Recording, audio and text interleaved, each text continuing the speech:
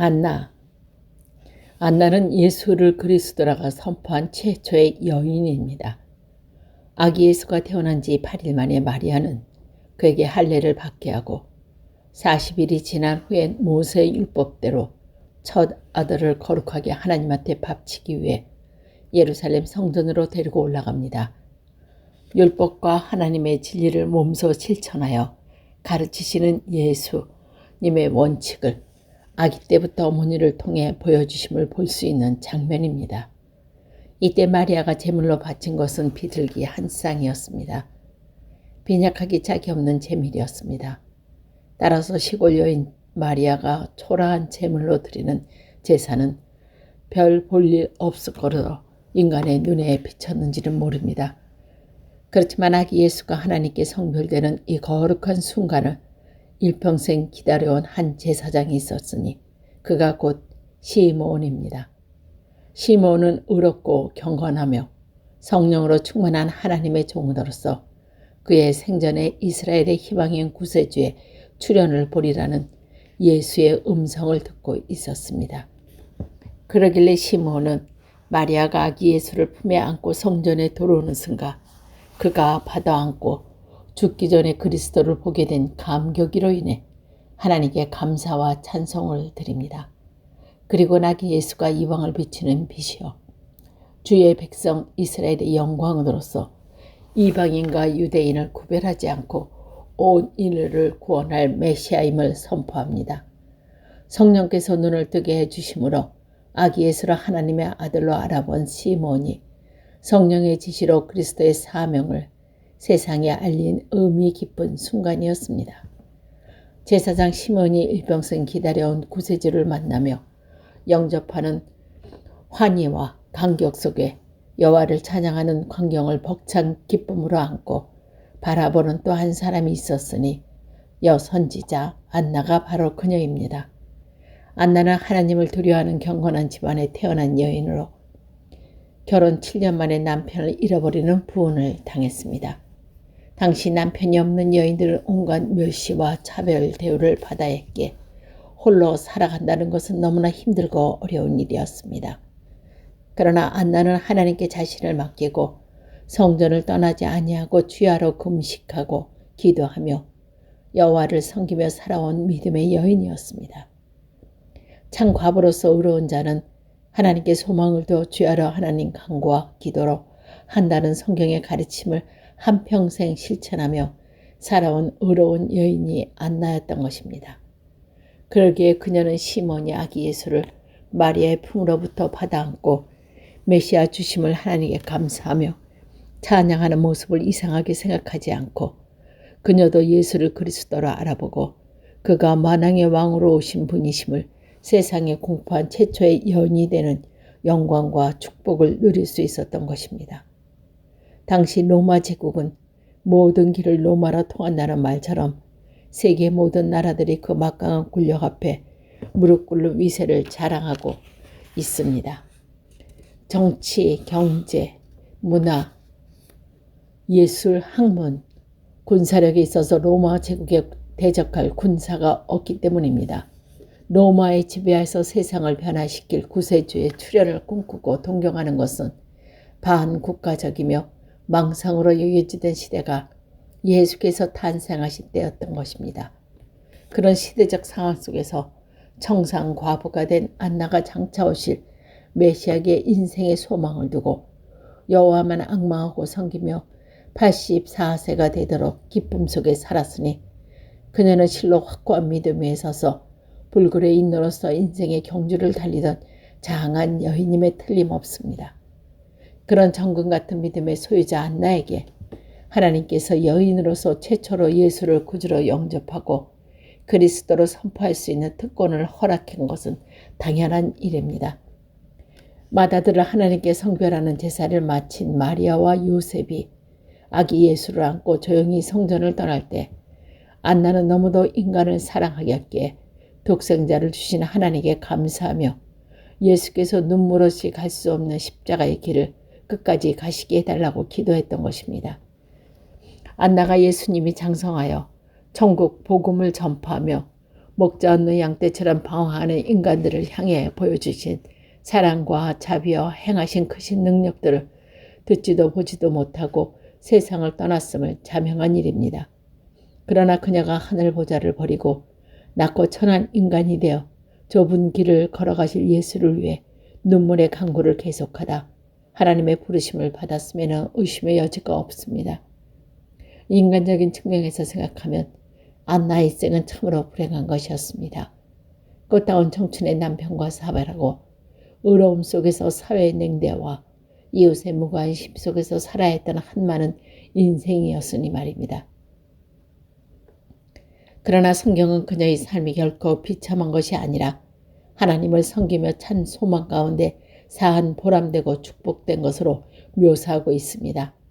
인생의 목적은 쾌락을 맛보며 부귀 영화를 누리며 사는 데 있는 것이 아니라 생명의 주인 하나님께 영광을 돌리며 그분과 더불어 기뻐하며 그분이 원한 일을 해드리며 사는 게 있음을 이해한다면 성서가 안나의 일생을 열매 맺으며 산 성공적인 삶으로 평가하는 데 동의할 수 있으리라 생각합니다.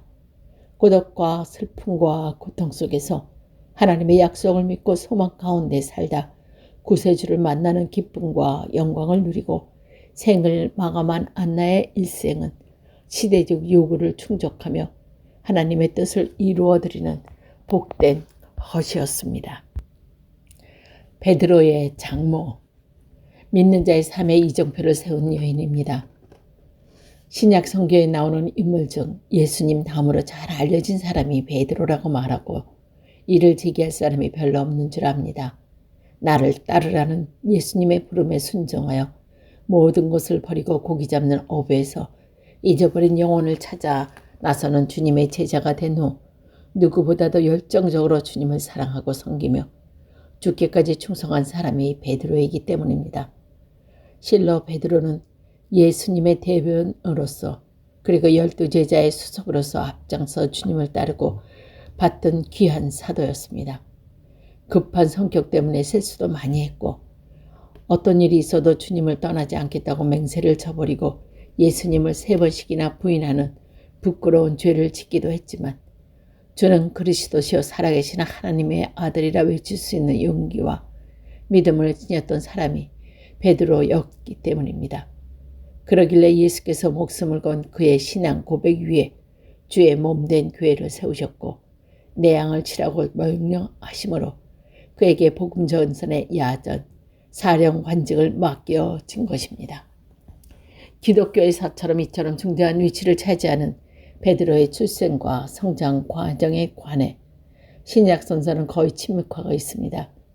구약의 아브라함, 모세, 다윗과 같은 인물들의 생을 상세히 다루고 있고와는 비교하면 의아한 느낌이 들기도 합니다. 마태마가 누가가 기록한 공간복음은 예수님의 생애에 초점을 맞춘 것이기에 이상한 일은 아니었습니다. 그러나 공간복음에도 한 여성을 통해 베드로의 인적 사항을 알려주고 있으니 그녀가 베드로의 장모입니다. 베드로의 장모는 예수께서 그녀의 열병을 고쳐주심으로써 그 존재가 알려진 인물입니다. 예수님의 공생애를 시작하시면서 숱한 사람들의 질병을 고치시며 가버나움에 이르러서 문둥병자와 백부장 하인의 병을 깨끗이 낫게 하신 후 그곳에 있는 베드로의 집에 들어가셨을 때 열병으로 신음하는 그의 장모를 만나게 됩니다. 주님은 즉시 그녀의 손을 만져 고열이 그녀에게서 떠나게 하십니다. 상당수의 사람들이 이 장면을 가볍게 지나치는 것 같습니다. 예수님이 행하신 헤아릴 수 없는 많은 기적 중에 하나에 불과하며 어떤 의미에선 가벼운 병을 고친 행으로도 간주할 수 있기 때문이라 생각됩니다. 그러나 예수께서 단번에 그녀의 열병을 완쾌시킨 것은 그분의 전능하신 능력의 표현임과 동시에 진통하는 인간을 향한 하나님의 사랑과 자비의 표현이라는 점에서 다른 모든 중대한 이적들과 동등한 의미를 갖습니다. 더 나아가서 예수께서 베드로 장모의 병을 고치신 행위는 베드로가 주님의 제자로 선택되었을 때 기혼자였다는 사실을 말해줍니다. 후에 사도 베울이 베드로가 부활의 증인으로 고난의 길을 갈 때 그의 아내가 동행했음을 말해주고 있지만 공간복음에서는 그가 가정을 가진 사람이었음을 알게 된 것은 이 사건을 통해서입니다. 갈보리 이후의 사도들의 3이란 부제와 더불어 12사도란 책을 쓴 버나드 루핀에 의하면 베드로 아내의 이름은 피페토라였으며 그들 사이엔 피토로피란 딸이 있었다고 합니다. 딸은 10살에 불구가 되었으나 베드로의 피페토아가 순교한 후에도 60세가 넘도록 살다가 주 98년에 세상을 떠났다고 밝히고 있습니다. 베드로 장모의 고침병을 통해 예수님이 하나님의 아들이심을 다시 한번 확인됨과 동시에 그녀가 병이 낫는 즉시 주님의 시중을 들었다는 사실은 주 안에서 거듭난 자들의 삶의 이정표로 등장하게 됩니다. 베드로 장모가 고열로부터 해방되자마자 음식을 창관하여 주님을 대접한 것은 단순한 감사의 표시로만이 이해돼서는 안 됩니다. 그녀의 행위는 주님에 의해 풀 수 없던 인생의 문제를 해결받는 인간마다 문제 해결자 그리스도를 위해서 자신을 바친 의무가 있음을 가르쳐주고 있기 때문입니다. 마태는 10방이 떠나간 베드로 장모가 일어나서 예수께 시중 들더라고 그 장면 묘사를 종결짓고 있지만 그 후의 내용을 자세히 읽어보면 그 일을 듣고 몰려온 수많은 병자들은 예수께서 고쳐진 장소가 베드로 집인 것을 추정할 수 있습니다. 다시 말해 이 일로 베드로의 집은 예수님의 치유 목회의 본부가 되었다고 볼 수 있는 것입니다. 그렇다면 베드로의 장모와 아내가 몰려드는 숱한 사람들을 맞이하고 보살폈을 것이라는 결론에 이르게 됩니다. 이들 베드로 장모가 예수님을 시중든 것은 병 고침을 받은 그날뿐 아니라 그녀의 일생을 통해 계속된 행위였음을 말해주고는 것입니다. 12사도의 저자 버나드 루피는 마태복음 1장에 기록된 중풍 환자와 그의 네 친구에 의해 지붕에 뚫린 집이 베드로의 집이라 생각합니다.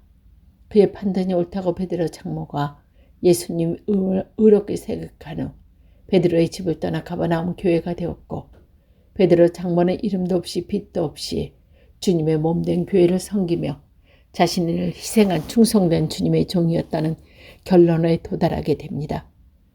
이름조차 밝혀지지 않는 여인 베드로 장모에 대해선 마태복음 2절, 마가복음 2절, 누가복음에서 2절씩 거의 같은 내용으로 기록되었을 뿐 아니라 이 짧은 기록을 통해 우리는 숨겨진 신약 성서의 여주인공들의 하나인 베드로 장모를 발견하게 됩니다.